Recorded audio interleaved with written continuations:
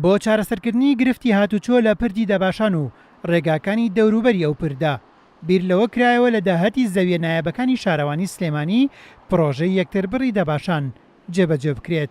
نزیکەی 2 مانگە سەرقاڵی کارکردن و کارەکان بە خێرایی بەڕێوە دەچێت.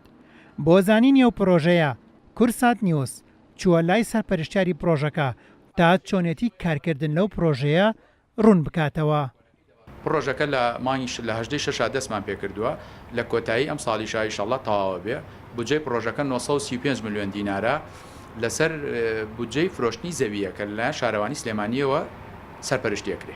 پرۆژەکە ئەمە پردی دەباشانی کۆنە پرۆژەکە ئەمە ئیمتیدا دەکێتی نەفەقەکە پرۆژەکە ئێمە ئەم نەفەقەیە لەگەڵ ئەم چەند فەرعایەکەیەتە سەری و لەگەڵ پانکردنی شەقامەکان. پرۆژەی یەکتربڕی دەباشان لە 5 بەش پێک هاتووە کە جگە لە یەکتر بڕەکە چەند ڕێگەیەکی تریش دێنەوە سەر پردەکە و لەسەر پردەکەشەوە چەند ڕێگەیەک دەچێتەوە سەر شەقامەکانی دەوروبەری. بەشێکی تر لە پرۆژەکە بریتە لە 2 لوپ و شەقامێک کە بە تەنیشت یاسەرەکەوێت 2 لوپ واتە سەرکەوتن و دابەزین بۆ لە پردی دەباشان. بودجەی پرۆژەکە 500 ملیۆنە هەر لە سەر فرۆشتنی زەویە و تەواوکەری پرۆژەی ئەندەرپاسەکەی.